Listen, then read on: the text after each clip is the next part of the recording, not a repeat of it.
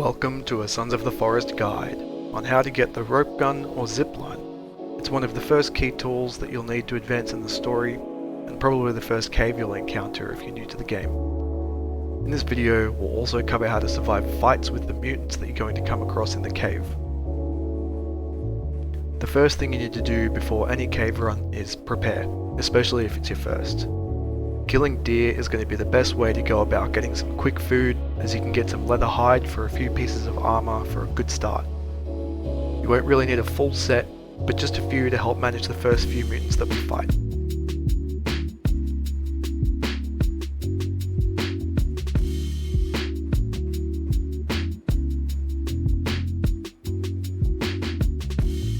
While you cook your meat, you want to go make sure your canteen is full at the nearest water source. Some of these cave runs can take a while, and you want to make sure that you've got water with you to keep your stamina bar full. Here's a quick list I put together of what I think are cave run essentials. Try and carry as much of these things as you can before you enter the cave. I've also put up a map here that shows you exactly the entrance location for the zipline cave. Feel free to pause the video to pinpoint where you need to go. As we enter the cave here, the first thing you're going to see is a few skeletons on the ground and a couple of resources that you can feel free to pick up. Now, there is at least 5 or 6 mutants in this cave. They're not too much to worry about, they're not the worst mutants in the game. So what I like to do is grab some flares, which you can find to the left of the entrance ramp there, chuck a few down.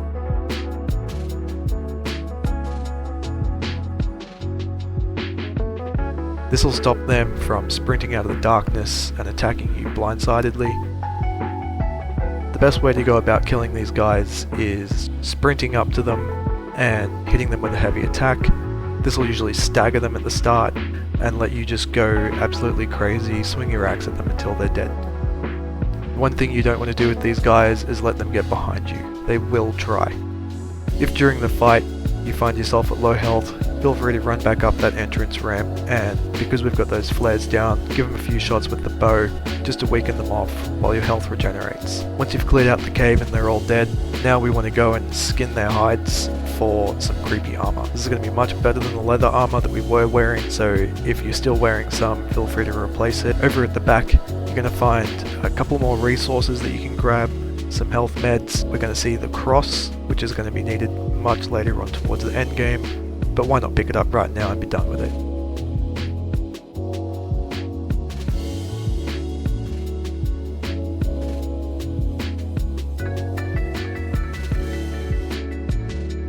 Further down, we're going to come across a really large mutant that's covering the doorway. There's a few C4 next to him. Don't worry about walking too close. I don't think he can attack you just so long as you don't touch him. I've never tried. This is where we can find a good save point, chuck down some tarp, set it up with a stick and save your game. The next section is going to be a little bit more difficult than the first. It does have the normal mutants that we first encountered. Try and get rid of those as quickly as possible, because then we're going to come across these fingers mutants.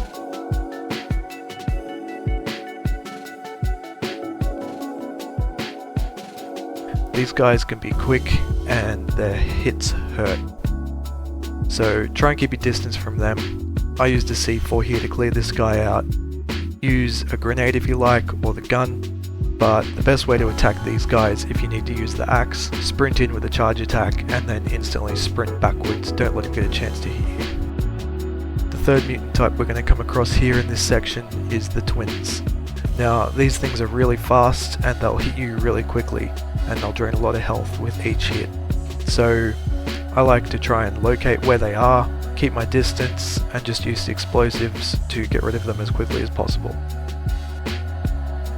Once you've dealt with him, you're going to come across some of these baby mutants. They're not too bad, but don't underestimate them because they're quick. They'll also try and get behind you as much as they can. You should be able to make quick work of these little things.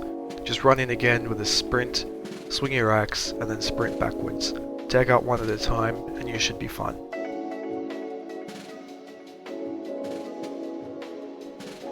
Now moving on, there's quite a bit of a stretch before we're going to encounter anything again, so it's another great point to just place down some tarps and save your game.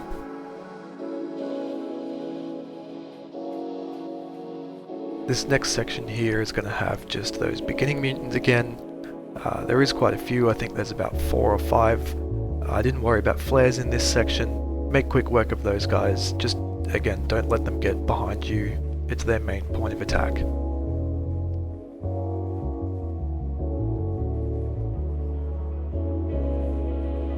Now that you've cleared those guys, there's going to be 2 Fingers mutants up into the next opening. I just made quick work of them with a grenade. It's probably the best option you got, because taking on 2 of these guys with an axe is just not going to work out very well.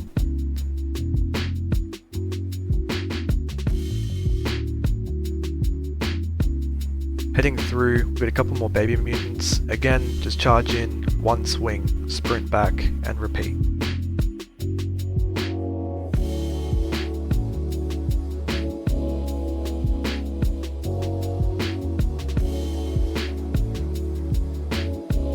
This is the next good point for a save game.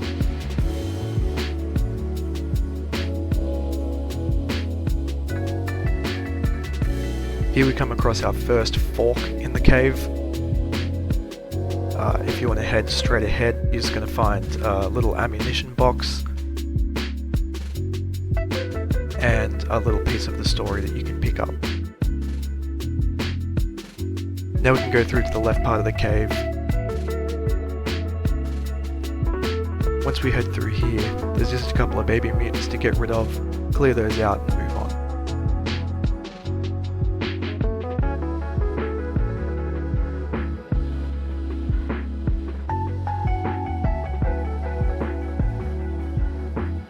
Here we come across the second fork in the cave.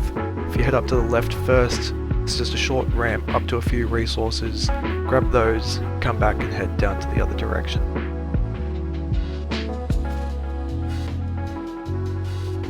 Down in this water-filled area, you're going to come across a few baby mutants. Try and take those out first. There's also going to be a Fingers mutant further back, so don't head too far forward before clearing out all the babies. Next up, more babies again. You should be pretty good at killing these guys by now. Again, just don't let them swamp you with multiple attacks at once. Keep your distance, it's the best way to go about killing them.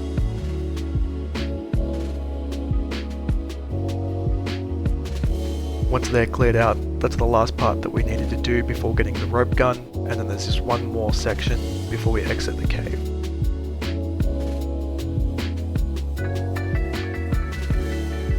Just below where you find the rope gun, there's a bit of a cliff drop, the zip line above you. Now there's going to be 2 twins mutants down here, so throw down some flares, see if you can locate where they're hiding around, and just hit them with a grenade. I got one with a grenade here, before remembering there was actually 2 down there, so I got out my gun, cleared out the second one, and then I made my way down to the exit.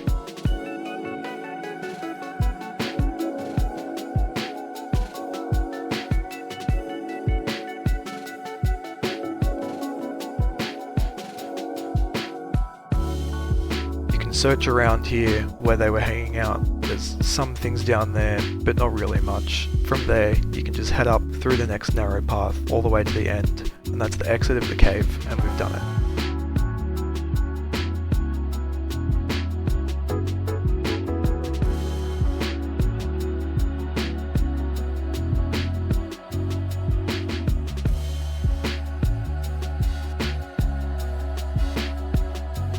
You'll see here on the map, circle the location of where you exit the cave, help you orientate yourself on how to get back to your base. As you can see, I exit at night time, which can be a bit intimidating if you're still new. I hope you enjoyed the video. If this did help you get through and get the rope gun a bit faster and help you with some of the cave combat, which can be pretty intimidating at the start of the game, feel free to give me a like and subscribe, because there's definitely more videos to come.